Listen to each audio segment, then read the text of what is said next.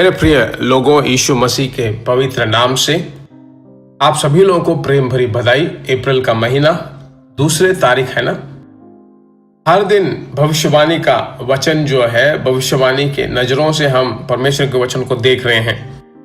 ठीक है, हर एक दिन का अनुग्रह, हर एक दिन का प्रार्थना और हर एक दिन का परमेश्वर की दया सदा आपके ऊपर रहेगा। परमेश्वर की महिमा हो।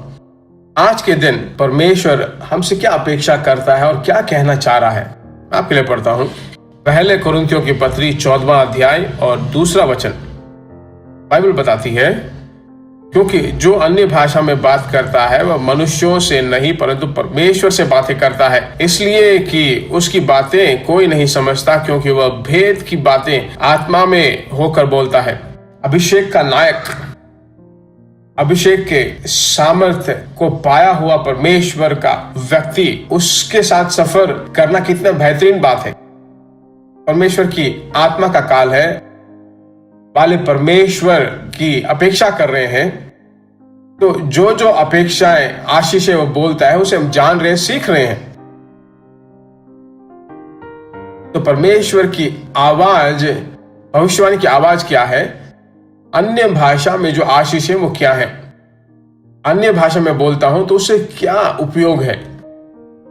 क्या मैंने पढ़ा, आपने सुना ना, अन्य भाषा में बोलने वाला मनुष्य मनुष्यों से नहीं परंतु परमेश्वर से बातें करता है, रहस्य की बातें करता है। आमीन।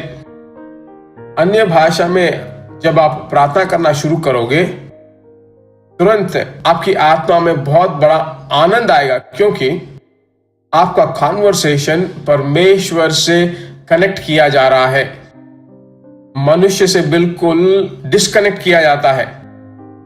आप जब अपने दोस्तों से बात करते हो तो बहुत मजे में बात करते हैं ना, पर आत्मा में जब बात करके अन्य भाषा में बोलने लगते हो तो इन बातों के अनुसार पौलुस बताता है कि परमेश्वर से बातें करते हैं, परमेश्वर से बात करते हैं। तो यहाँ पे एक प्रश्न उठता है, तमिल में प्रार्थना करो, इंग्लिश में प्रार्थना करो या हिंदी में प्रार्थना करो तो क्या होगा।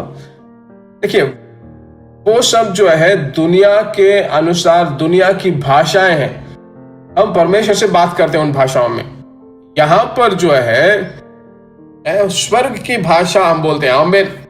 अन्य भाषा का मतलब है स्वर्ग से दिया जाने वाला भाषा। तो परलोक की भाषा में बोलना हो तो परलोक की भाषा में परमेश्वर से इंटरेक्ट करना ही अन्य भाषा है। तो उन अन्य भाषा में जब आप प्रार्थना करोगे, उससे आपका भीतरी मनुष्य और एक नया सामर्थ्य पाता है। परमेश्वर उसे सामर्थ्य बनाता है। हाथ उठाकर हालेलुया कहिए। तो अब हम प्रार्थना करने वाले हैं, परमेश्वर अक्सर मैं अकेले में जाकर अन्य भाषा में प्रार्थना करने वाला अनुग्रह मुझे दे, अन्य भाषा में तेरी आराधना करने का अनुग्रह मुझे दे, अन्य भाषा में नए नए और भाषाओं को बोल बोलकर और आत्मिक मंडल में प्रवेश करके, हे परमेश्वर, आत्मिक वरों को अनुभव करने के लिए मुझे आशीष दे। ऐसा पूछो। क्यों मैं ऐसा कह रहा हूं? परमेश्वर मुझे प्रेरित कर रहा है कि मैं ये बातें कहूं। क्यों ये प्रेरित कर रहा है? क्योंकि ये अनुग्रह आपको मिलने वाला है। विश्वास करते हो? प्रार्थना करते हैं, ऐसे हाथ उठा लीजिए। पवित्र परमेश्वर, यीशु के नाम से अन्य भाषाओं के आशीषों के बारे में तेरे बच्चों से तू लगातार बातें कर रहा है। तेरी दया के लिए तेरी स्तुति हो। हे परमेश्वर, और ज्यादा अकेले में जाकर प्रेरित पौलुस की तरह और ज्यादा अन्य भाषा में बोल बोलकर आत्मा की मंडल में तेरी इच्छा को जानने का ज्ञान अपने बच्चों को देकर एक दैविक रूप से तू हमें चला और सहायता कर। प्रार्थना सुनने वाले परमेश्वर की स्तुति हो। यीशु मसीह के नाम से मांगते हैं, आमीन। परमेश्वर के अनुग्रह के द्वारा जब तुम अन्य भाषा में बोल बोलकर प्रार्थना करते हो तो आपको बहुत ही आश्चर्य होगा।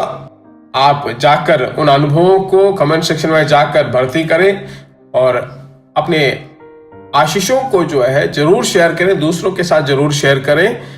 God bless you. प्रिय भाइयों और बहनों, आशा करते हैं कि यह संदेश आपके लिए आशीष का कारण बना होगा और ऐसे संदेशों को सुनकर आशीष पाने के लिए जीसस मीट्स मिनिस्ट्री नामक हमारे YouTube चैनल को सब्सक्राइब करें और प्रार्थनाओं और सलाह के लिए हमें संपर्क करें। हमारा फ़ोन नंबर 9841252836 और 7299546363। Email gpsrobinson@hotmail.com। परमेश्वर आपको आशीष दे।